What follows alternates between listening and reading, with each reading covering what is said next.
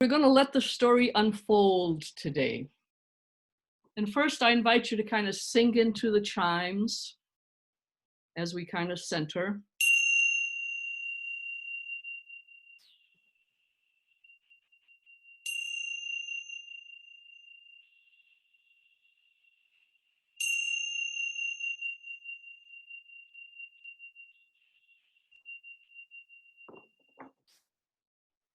And I would also invite everyone to repeat Om 3 times. I really wanted to do this with everyone's mic open, but our technical expert advised against it.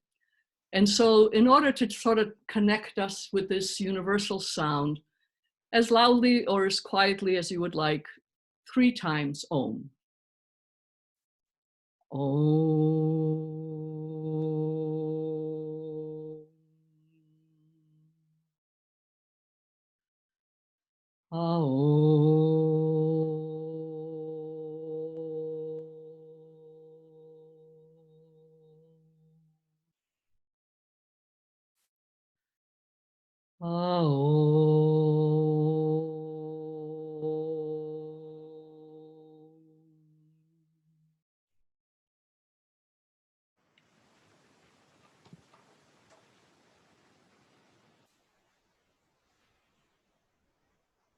So to begin, may all our stories rise up to bless us, reminding us of the light that shines within the darkness.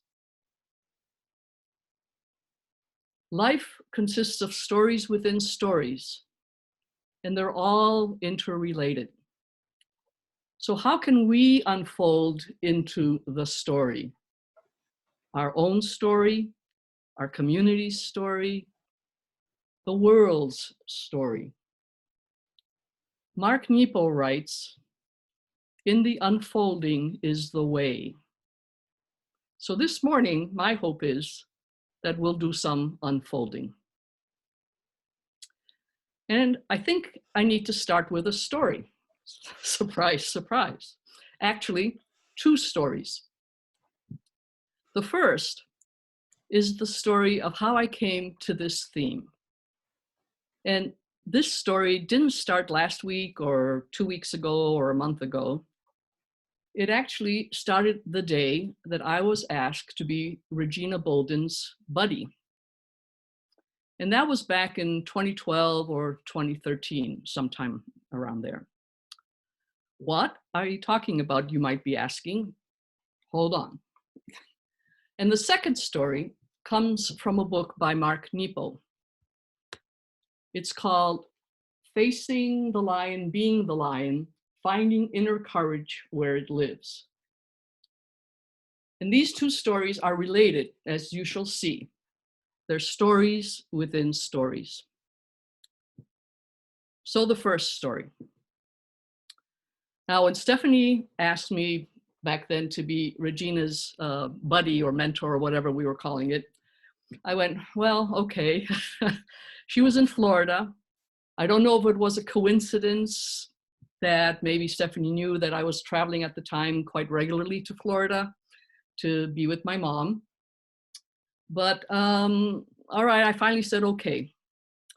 And was it a coincidence? Was it synchronicity? I don't know. So the first time after that I went to Florida, we had communicated already. Regina and I decided to meet. And we met sort of halfway in St. Augustine or St. Augustine. I never can remember how to pronounce that word. So we met there. And immediately I was struck by the differences, between the 2 of us.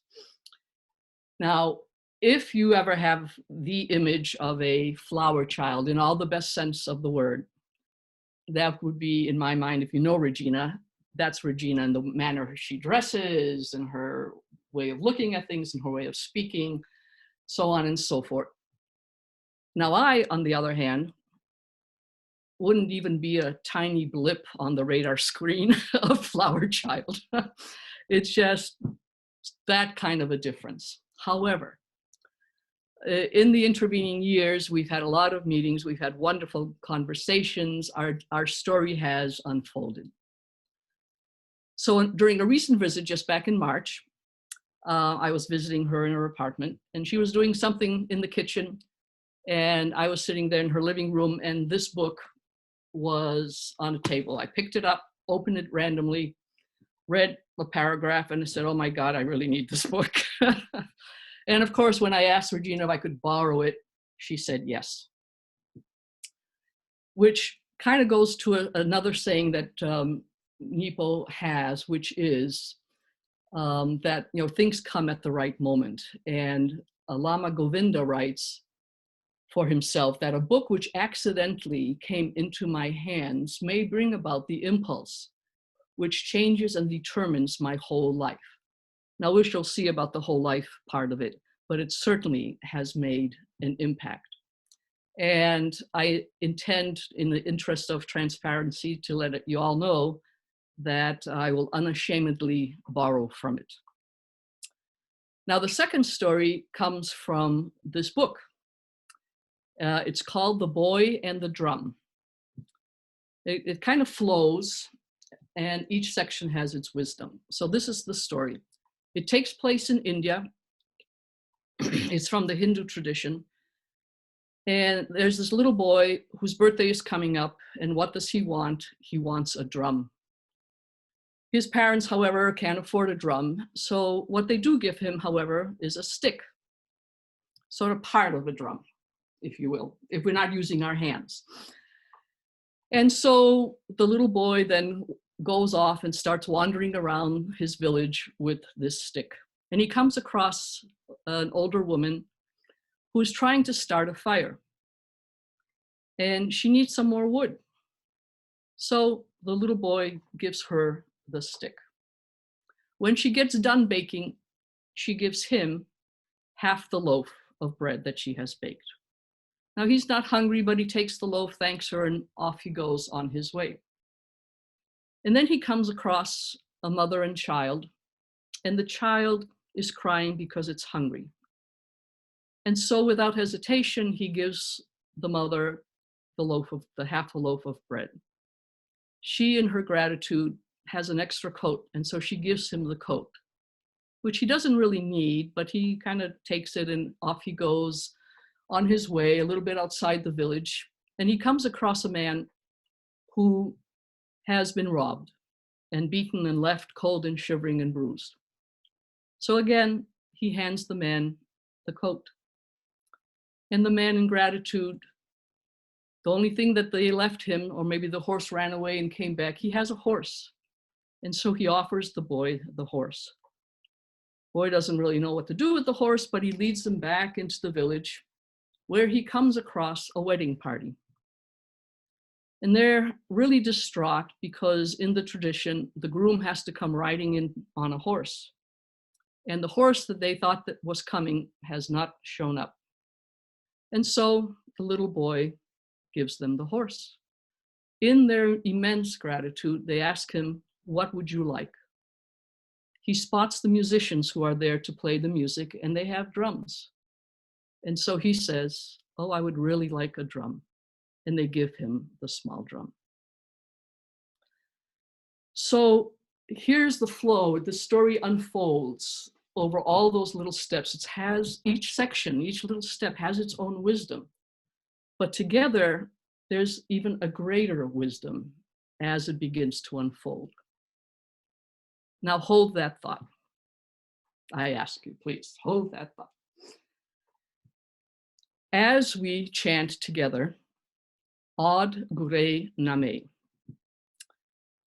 Ad Gure Name, Jugat Gure Name, Sat Gure Name, Sri Guru Deve Name, which basically means I bow to the primal wisdom, I bow to the wisdom through the ages, I bow to the true wisdom, I bow to the great unseen wisdom.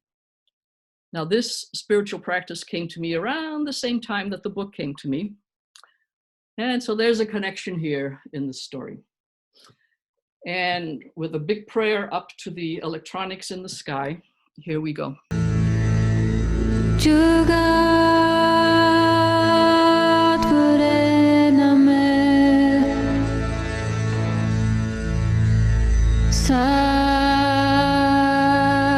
Sadguru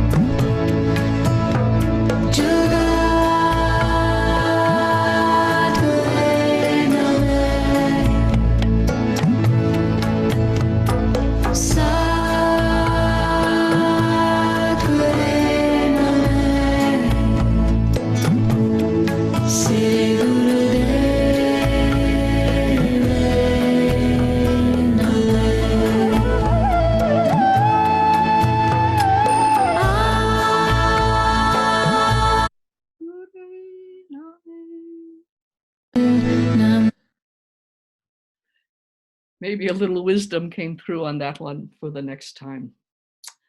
Let's take a moment of silence.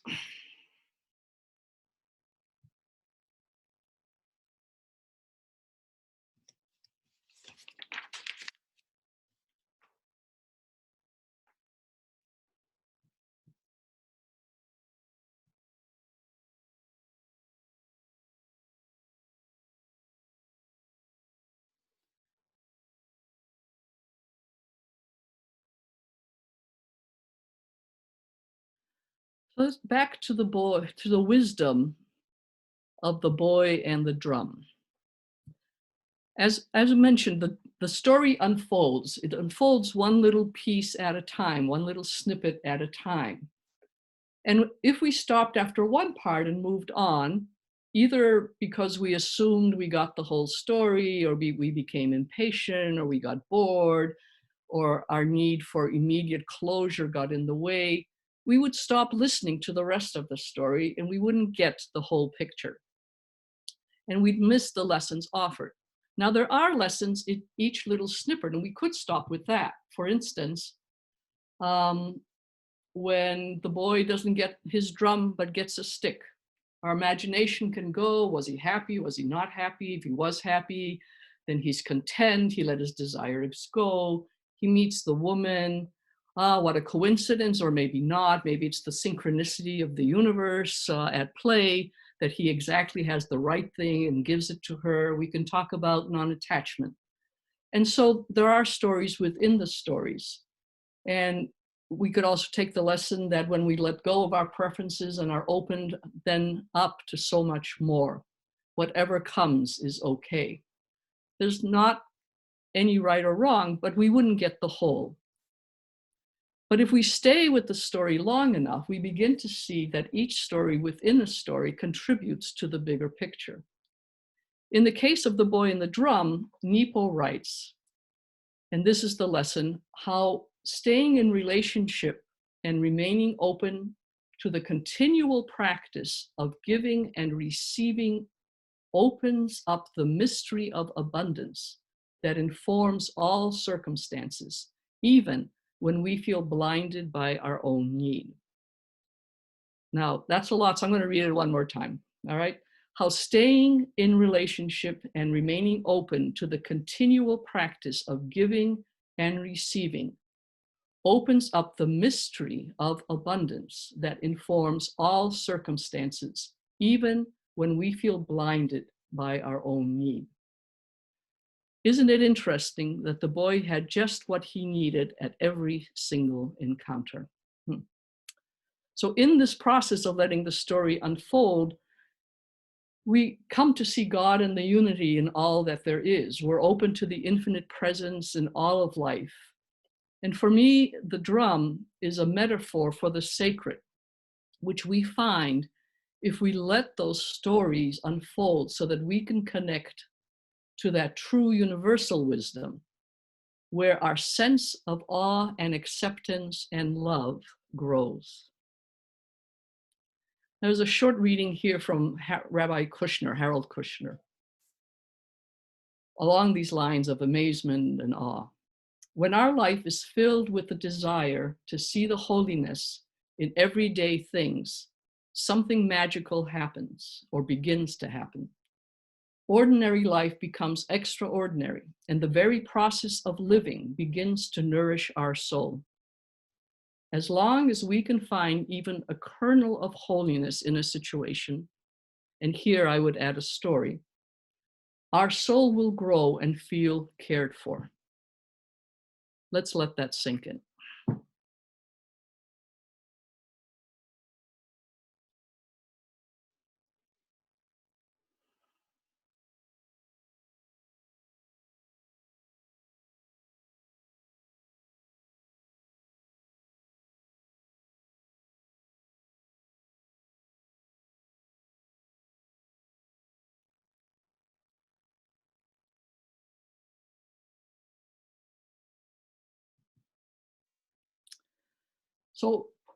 So how do we let our quest for sacredness unfold?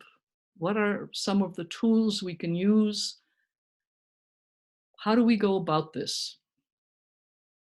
Well, again, Nepo suggests the following. First, we stay still and we listen. We trust and follow the truth of what we hear. When questions come up, we trust that following the questions will lead to a more truthful way of living. We have the courage not to hide. And we neither impose our sense on others, nor do we hide our own truth. All of this kind of in balance. Now, I'm pretty sure that none of this is totally new to any of you up there on the screen. But let's take a brief, closer look at each. So first, stay still and listen. And first and foremost, we need to stay still and listen to our own inner voice.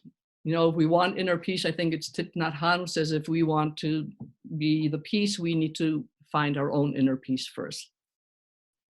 And I think we kind of all have a little extra time for that nowadays, of trying to be still and listen. Last week, Ajahn spoke of our being led to the door. Now, to find life's purpose, we must go through that door first ourselves. And perhaps this time that we have been allotted for self-reflection is a much needed gift, these difficult days from the universe.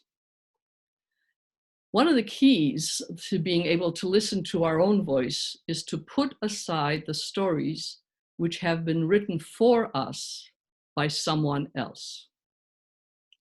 Now that, I've never heard it, I never thought of it that way. We need to put aside the stories others have written for us. Indeed, that's a big lesson. Now, some stories simply are not worth listening to. They're not worth holding on to. So being able to shed our other stories for us leads us to that single moment which Nepo writes of, that moment when, to quote, the moment when in which a person finds out once and for all who they are. What a gift. And as we do so, we can begin to listen to other stories in a different, more open way, where we can neither impose our sense on others nor hide our own truth, one of the points that Nepo made. Yes, we become enlivened by the fact that everything that we face is totally unrepeatable. And we try to understand the other. And there's a very short story from the Talmud. There's a rabbi has his class, and he poses this question to the class. When do you know the moment of dawn has arrived? Lots of scratching of heads, lots of, well, maybe when this bird appears, or wait, maybe when this color in the sky first shows up, and so on and so forth. Finally, the rabbi goes, listen, you know the moment of dawn has arrived when you look into the eyes of another human being and see yourself. And I would add here, you know the moment has arrived when you listen to their story with all your heart. We need each other and our stories to be able to understand. Now, the middle three recommendations of Nepo go, just to remind you, trust and follow the truth of what you hear. When questions come up, trust that following the questions will lead to a more truthful way of living. And have the courage not to hide. I lump them all together because to me, they all revolve around courage. The first one, trust, submit. For me personally, it's a work in progress. It's got a lot of ups. It's got a lot of ups and downs. It takes a lot of courage. And as we all know, also, it takes courage to ask those difficult questions and follow them to the very end. But if we stick with it, the reward is indeed stepping into a more truthful way of living, of who we truly are. Who hasn't had the experience of authenticity and tried to hang on to that moment? And courage. Well, the book's title gives a hint. Well, you see here, the book's title gives a hint. Facing the lion, being the lion, finding the inner courage where it lives. Now, most every culture throughout the ages has its own lion stories. Some talk about the king of the jungle. That's a very kind of, for me, aggressive lion. He takes charge, goes taking over. While others speak of the lion-hearted, a more gentle soul, strong, firm in their own knowledge. That's two different kinds of energy, which points to the fact that we must use our strength and our power wisely. Now, in some other service that I did, I think I brought this. It's a hand holding an egg. And to me, this is how power needs to be held, very gently. You hold it not too strongly because it's going to crush, but you hold it up so that it remains ever so gently in your hand. Now, in our culture, perhaps the most popular lion story is that of the lion in The Wizard of Oz. Now, the lion longs for courage, totally unaware that he's already has it within himself, even as he courageously endures various challenges along the way. It's the wizard, ironically himself without much courage, who finally points this fact out to the lion, that he's already got his courage. Who am I then? What's my story? Do I have the courage to face it all? Or do I pretend that some parts didn't happen? I ask myself that all the time. So with courage, we stand by our core, our authentic selves. Nepo points out that this is not a combative stance, doesn't mean we need to fight, but rather it's about seeking peace by facing our experience. It also means standing by the core of mystery. And Nepo again. And when all the centers align, the mystery lets go a sigh that is the music of the spheres. God, I love that. So, and when all the centers align, the mystery lets go a sigh that is the music of the spheres. Which brings us to our next meditation. It's sung by the Dumka choir, a Ukrainian choir. It's called the In the Garden Epiphany. Now, we all have our stories of being moved by music. And I do hope that this short hymn speaks to you. I invite you to sink into it and try to imagine what story it might hold for you. It's called again, In the Garden Epiphany.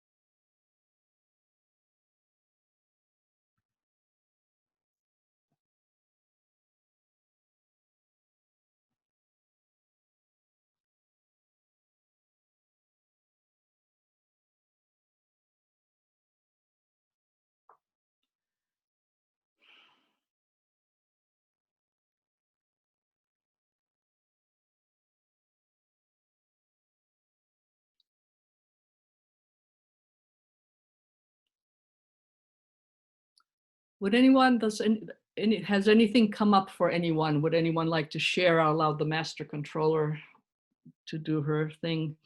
Ilona, thank you so much. At first, I wanted to listen so hard to the music to make sure I understood the words that were being said. And then I realized that I couldn't. And then the only thing to do was kind of rest into it. And so I took a breath and I went, ah. And I just allowed it to wash over me.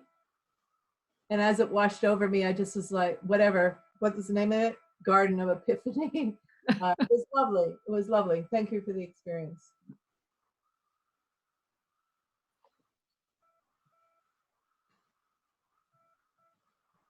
And Ilona, I was reminded that the word courage, so to sit there with that open heart just to receive those really interesting vibrations of the harmonics was really quite uplifting. Yeah. Thank you. Okay. If I could just add my addendum, what I meant to say was that it moved me from my head to my heart. Thank you, Jan, which is where I needed to be going recently. So thank you. Yeah, I think we all need to go and stay into our heart, because our minds can get us carried away. Exactly. Yeah. So, yeah. So we're letting the story unfold. And anybody else, I don't want to cut anybody else off, but so I think today it's very important to find meaning in what's going on. And the stories can help us do that. And the stories out there, oh my. And sometimes it's just too much. And we should respect that and step back for a while. We need to honor that. And at the same time, we need to honor those who are living their stories. We need to listen and to understand. And sometimes it's kind of hard to keep that balance. But we do at times need to look away so we can heal enough to tell the story. And it is one of my hopes that many people are awakening via the stories that we're hearing today to the truth about our society. So what do stories give us? I've pondered that some and come up with a few ideas. And if you have any ideas along the way, just raise your hand. So the stories, what do they give us? Inspiration, insight, humility, resilience. A necessary nudge just at the right time as we grow. Stories move us into our compassion. They provide encouragement. And there's another quote, to encourage is to help the heart unfold, and us to unfold in the process. So sometimes we're doing the encouraging, and sometimes we benefit from others encouraging us. And it's helpful to remember this, that it works both ways. And so let's unfold by encouraging each other. So we may today have some struggles as we find ourselves with more time on our hands than usual. I recently read a story from a former prisoner who spent some time in jail, and he really had to cope with isolation. And he writes, whatever it is that gets you through, you likely have to discover on your own, which in fact might mean discovering something meaningful about yourself. Finding meaning. Oh boy, finding meaning. Letting the story unfold, our story and everybody else's. And he, by the way, found his meaning in the time he spent isolated in music, which is a big one for me personally too. Now, I don't know about you, but I've discovered during this time that I needed practice in just being. For those of you who do know me, I tend to ping, and just being doesn't really come easily. So every time I get antsy, I remind myself, hey, this is good for you. And actually, it is. At the same time, just being to be does not mean that we retreat from the world, but it means that we merge with it from a centered place of strength. And so, stories open us to our connectedness, and we realize our actions have an impact on the whole world. You think about that. We let the story unfold. And as lion-hearted, we have to use our strength wisely as we engage. So in our hunkering down lately, what are we engaging in? I ask myself that question a lot. Are we unfolding with our stories, staying in relationship and remaining open to the continual practice of giving and receiving? Are we following the path of the boy and the drum?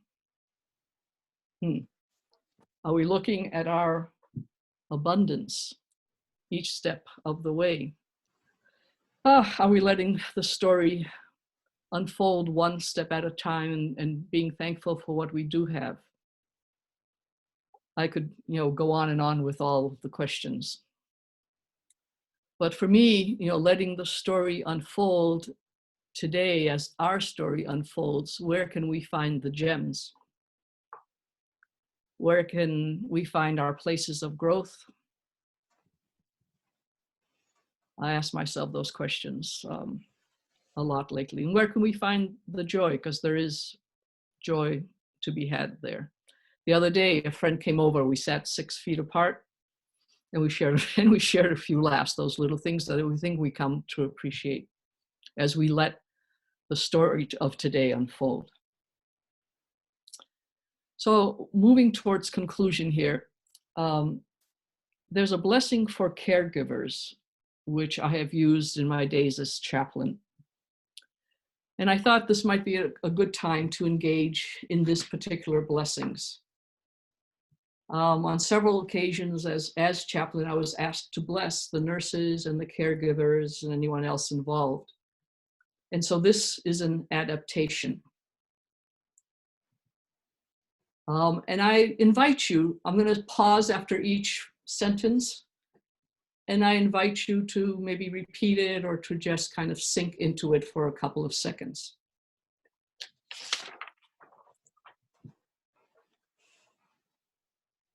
Blessed be the hands that have touched life. Blessed be the hands that bring life into this world. Blessed be the hands that have felt pain. Blessed be the hands that have embraced with love. Blessed be the hands that have clinched with anger, withdrawn in fear about injustice, misunderstanding, or not being heard. Blessed be the hands that have drawn blood and administered medicine. Blessed be the hands that have cleaned beds and disposed of wastes. Blessed be the hands that have comforted a coworker, a patient, a family member, a small child, the lonely, the dying, the suffering. Oh, so many. Blessed be the hands that conveyed healing. Blessed be the hands of all for they are the work of the beloved, God of many names, the source of life. And we raise our hands to you. May our unfolding stories rise up to bless this world. And we thank everyone out there. And we hold everyone in our hearts. And we are hopeful for the story as it unfolds. Our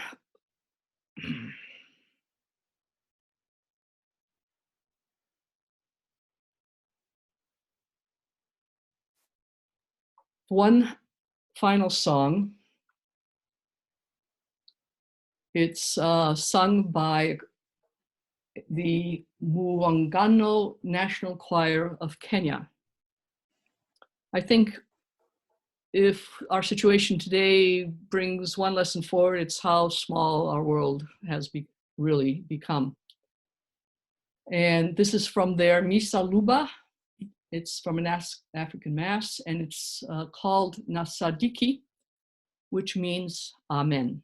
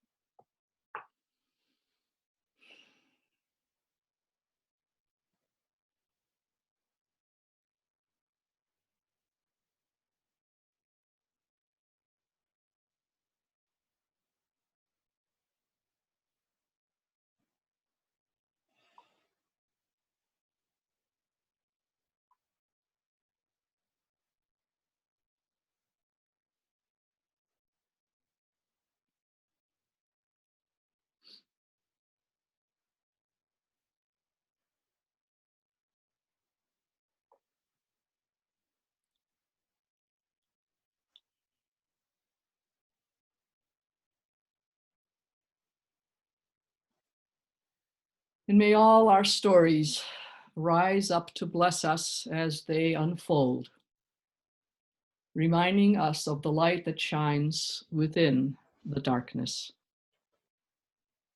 Amen.